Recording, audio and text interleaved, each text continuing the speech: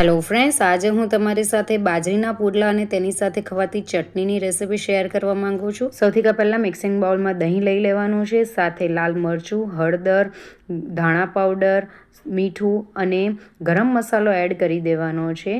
તેની સાથે જ અજમો પણ 1 ચમચી જેટલો એડ કરવાનો છે અને તેને ક્રશ કરીને અંદર એડ કરી દેવાનો છે। ત્યાર પછી હિંગ એડ કરવાની છે અને બધું આપણે મિક્સ કરી દેવાનું છે।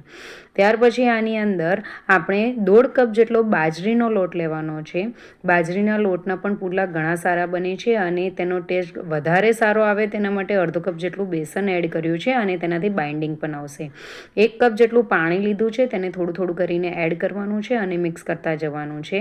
અને મેં અહીંયા બીજો અડધો કપ પાણી લીધું છે, તો ટોટલ મેં અહીંયા 1.5 કપ જેટલું પાણી એડ કર્યું છે અને આ રીતની કન્સિસ્ટન્સી રાખવાની છે। હવે તેની અંદર તડકો કરવાનો છે, તો અહીંયા તડકા પેનની અંદર 2 ટેબલસ્પૂન જેટલું તેલ એડ કરી દીધું છે। તેની અંદર જીરું એડ કર્યું છે, રાઈ એડ કરી છે અને આદુ લસણ અને મરચાંની પેસ્ટ એડ કરી દીધી છે। 1 ચમચી તલ એડ કર્યું છે અને લીમડાના પાન એડ કરી દીધા છે।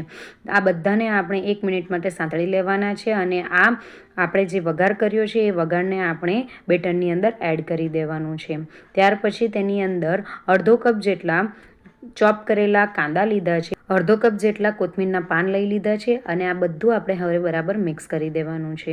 આ બધાને આપણે હવે મિક્સ થઈ જાય પછી તેને 10 મિનિટ માટે રેસ્ટ આપવાનો છે। ત્યાર સુધી આપણી ચટણી બનાવવાની છે। 25 થી 30 કલી લસણની લઈ લીધી છે, અડધી ચમચી મીઠું, અડધી ચમચી જીરું અને કાશ્મીરી લાલ મરચું એડ કરી દીધું છે અને 1 ટામેટું એડ કરી દીધું છે અને 2-3 ચમચી પાણી એડ કરીને એને ફાઇન પેસ્ટ બનાવીને રેડી કરી દેવાની છે।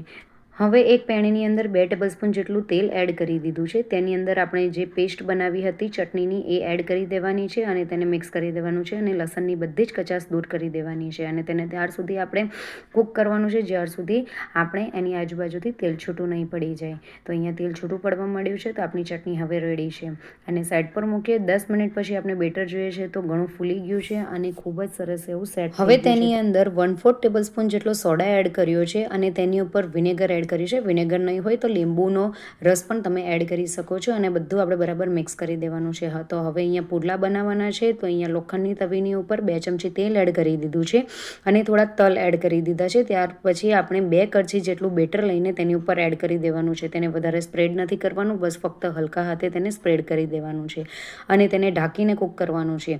ઉપરની સપાટી ડ્રાય થઈ જાય એટલે તેની ઉપર આપણે તેલ એડ કરી દેવાનું છે અને તેલ લગાવ્યા પછી તેને ફેરવી દેવાનું છે અને પલટાવીને ત્યાર પછી તેને પણ આપણે ઢાંકીને જ કૂક કરવાનું છે। તો આ રીતનો ગોલ્ડન બ્રાઉન કલર બંને તરફ લાવી દેવાનો છે। અહીંયા હવે પુડલા અને ચટણી બનીને રેડી છે। તો તમને મારી રેસીપી ગમી હોય તો લાઈક અને શેર